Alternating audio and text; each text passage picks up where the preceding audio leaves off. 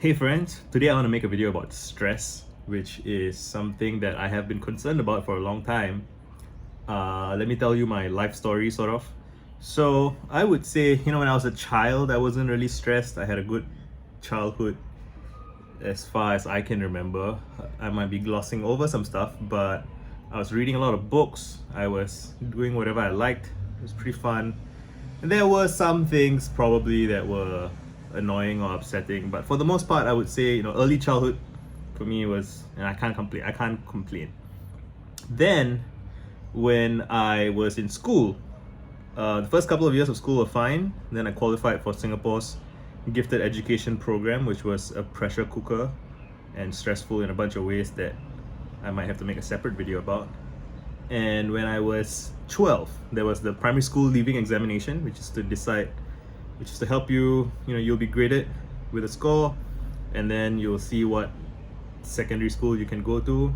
And I got a 245 out of 300, which is pretty high for most people's standards, but pretty low for the gifted kids, which is like, like you have to justify the investment that the government is putting in you and the extra resources that you're getting for your education, your schooling. And I could not justify it. Right? They actually brought me down to the Ministry of Education with my parents, and I had to be interrogated, which was pretty bananas to think about in retrospect.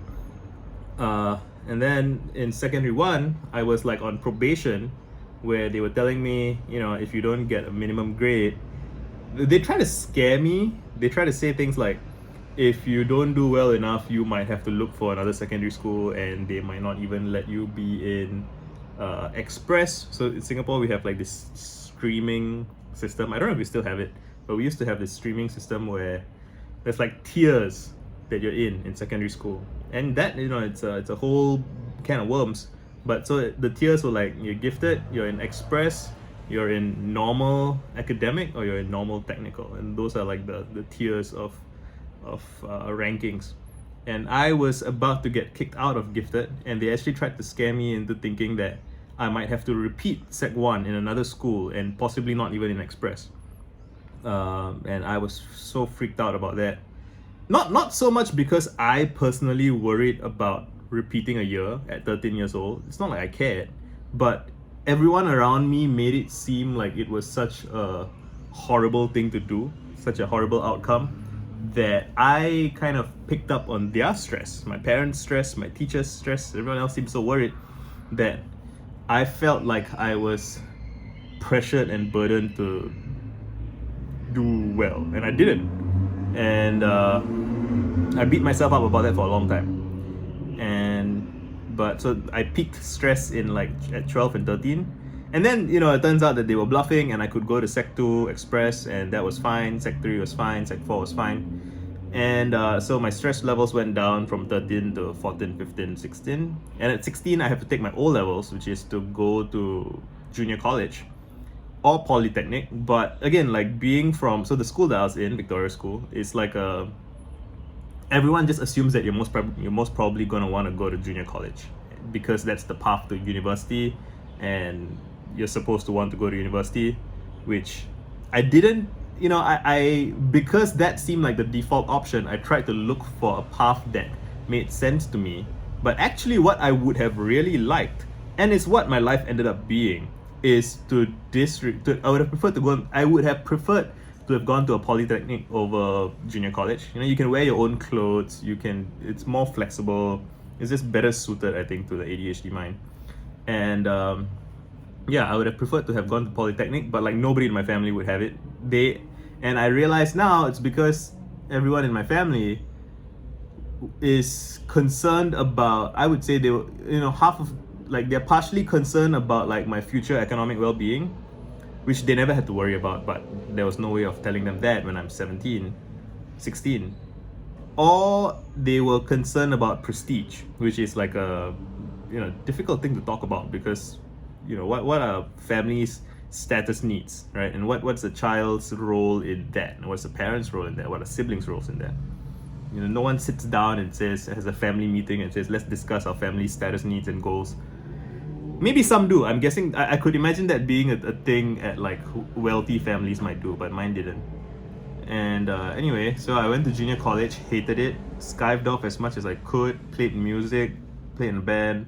What else? I would stay up online as much as I could, posting on forums, music forums, game forums, whatever. Like, that's, I think my sleep started to get really dysfunctional around that time. And I was chronically stressed at 17, 18, 19. I realize this now more instinctive, but I'm jumping ahead. But like at 17, 18, 19, like I was just chronically sleep deprived, chronically anxious about school and grades, and my parents losing their shit at me, and not going to university maybe at the time. And I was just chronically anxious, smoking a lot of cigarettes when I was underage at the time at 17. And what else? No appetite. It was a shit life in my opinion. Like I was just like again, when you want to talk about what is a good life versus what is a bad life, is it as bad as living in like a war zone? Obviously not. There's much worse outcomes. You can always find somebody who has it worse, right? But I would say, and again, you can tell me that I'm wrong about this, and you might be right, but I would say that being in a pressure cooker is worse than being kind of tolerably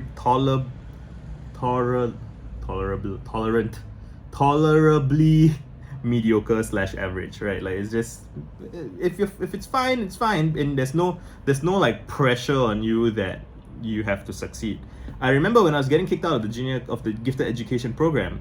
So I'm a minority. I'm Tamil Singaporean in Singapore, where Indians, which include Tamils, Punjabis, others, we make up like 7% of the population, and the gifted children make up like 97%, 95 to 97% of kids in the gifted education program are Chinese, or were Chinese. And so like I was this, I was held up as this model minority of some kind, which is a lot of pressure. And when I had to leave, there was an Indian man, I know his name, but I'm not going to say it, who took my parents aside, and he said, your son not making it is a disappointment to the Indian community, which is, I can now say, it's a fucked up thing to say about a child, right?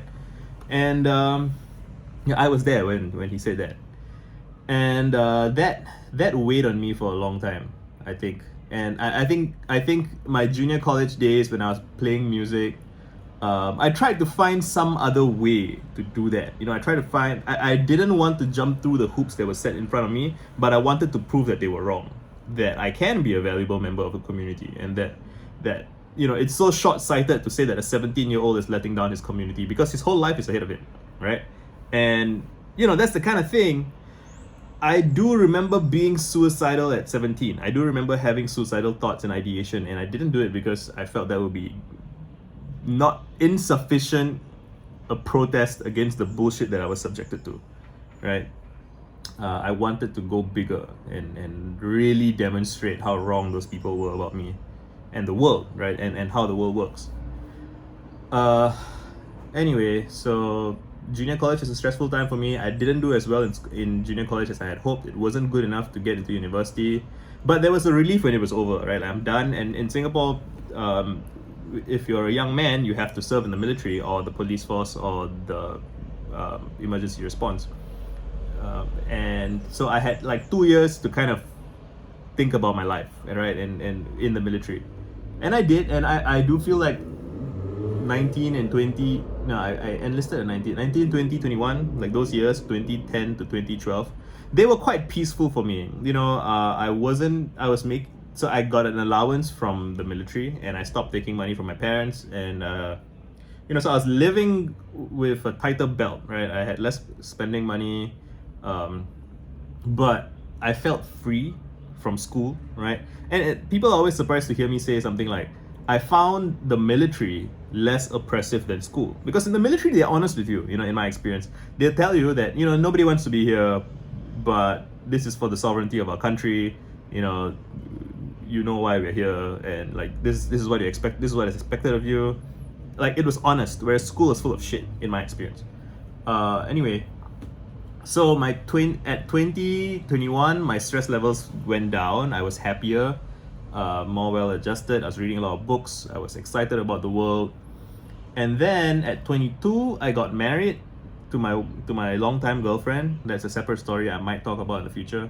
And we got married. We got a house. We left our parents each, and I got a job. I got a job working at a startup as a marketing guy. So my boss found me through my blog, and I was, I remember the month before I took that job, I was anxious about how am I going to find a job? How am I going to make money? My plans were, I want to try and be a flight steward with the Singapore Airlines, and that way I can kind of continue my blogging and writing. So while I was in the military, I was blogging about local political issues, and that stuff went viral as things could go, kind of before social media.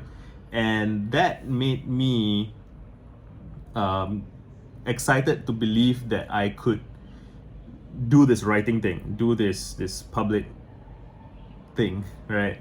And I wanted to do more of that. So I thought what would be cool would be to be an SIA flight steward, travel around the world, write in my downtime. And I didn't get past the first round of selection. It's like super arbitrary process, and a lot of people who get in say that you have to go multiple times. But I like desperately needed a job, so my next kind of backup plan was to become a teacher. Like, you can teach primary school or something without much qualifications, I believe. But or give tuition, all those things. But so I got that email from the guy who would become my boss, and I would work in software marketing for 5.5 years after that. And that was an interesting time because it was the most personal growth I had in my life in those 5.5 years, because there were high expectations of me. It was a great work environment. Everyone around me was really competent and high functioning. But I also felt like a bit of a fraud. I felt incompetent. I could feel the limit of my ability every day, right? So like, while I was getting a lot done and I was helping the team and a lot was being accomplished, I internally was constantly aware of all of the ways in which I was falling short, right? Like all the deadlines that I was missing, even though, I was achieving results, but like, you set ambitious targets and you fall short of them, which are good results, but I was just chronically aware of how I was falling short. And I would remember that sometimes we would have like milestone celebrations, like, oh, we have this much traffic, we have this many sales, our retailers have made this much money, let's pop some champagne and celebrate. And I could never be fully present in those celebrations because I was anxious about but I have a deadline due tomorrow and I'm not going to make it, that kind of thing. And so those were very stressful years for me. And I remember, paying my bills and mortgage and stuff like that.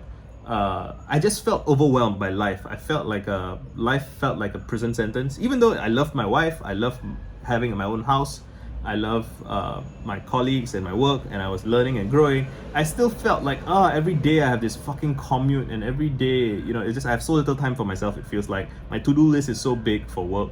I barely have time for myself. I'm very, very proud of the fact that I used to write on my commutes for myself, and that body of work that I built up in those commutes over 5 years is a lot of the foundation of what I do today, right? Like, if I sound like I know what I'm talking about, a lot of it has to do with the fact that I was questioning things and writing things and every day on my commutes, so like an hour to work, an hour back, hour and a half sometimes. Anyway, when I left my job in 2018, my Twitter had started blowing up.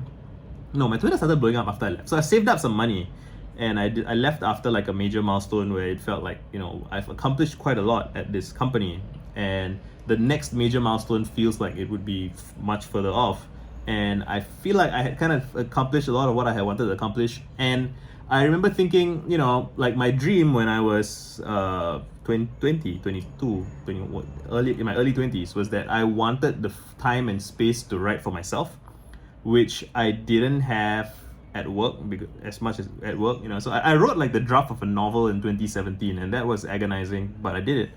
But I wanted space. I wanted space to think and write. And so I wanted to take like 6 months to a year off to just write my own thing. And what happened was I tried writing in a lot of different spaces, and it was my Twitter that blew up. And my stress levels were at an all-time low in 2018, 2019. In 2019, my friends in San Francisco offered to fly me over, pay for my flight to go there and hang out with them, which they did. And I went there. It was amazing, one of the best experiences of my life. And I just felt so loved and nourished and supported by all these people who enjoyed my writing, enjoyed me, and the world just suddenly opened up for me. It felt like it's so full of possibility and magic. And I was like, all right, 2020, let's do New York next. And then boom, COVID happened. But I wouldn't say that COVID is the source of my stress, although it's certainly a catalyst. I have been stressed because I've been working on a book for almost 2 years now. I published another book in between, right? The book is called Introspect. I've made several videos about it. And it's just a very, very challenging book. And now that I'm here, I'm gonna publish it, but I realized that it's a book. It's not a book that you can write in 2 years, right? It's a book. In this book is a seed of a much bigger, better book. Maybe not bigger. It will be bigger, but like a better book that will take like 20, 30 years to write. Like I want to really tie together Carl Jung and Joseph Campbell and all of those ideas about symbology and myth and dream and psychology and how the brain works. Like all these things I want to get together, but like you can't do it in a year. It takes like decades of research to kind of synthesize all of that. And I've been trying to do it and do my version of it in a year and a half, and it's just impossible, and it's stressing me the fuck out. And as I say it out loud, I realize I have to laugh about it because I guess I'm making this video just to reflect on how while it's an intellectual idea to work on a book, the stress manifests in the body. My shoulders have been wrenching, like my arms have been getting skinnier. I'm losing muscle mass. I haven't been working out, but I remember when I left my job, the amazing thing that happened was the month after I left my job, I was a total slob. I slept weird hours. I was playing video games all day. I was eating McDonald's and junk food, but my eyes got brighter. The muscular tension in my face left. I actually got more muscular. My shoulders and chest became more muscular. And I did some reading about this, and I realized it's possibly entirely due to reduced cortisol and all the subsequent cascade effects. So again, I'm not a scientist, but cortisol seems to be what gets secreted in your blood. Is it in your bloodstream? I believe in your bloodstream when you are stressed, right? And it does things like, it creates like the fight and flight response. It constricts your blood vessels.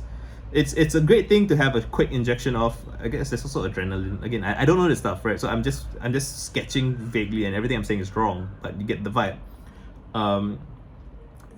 It's all this.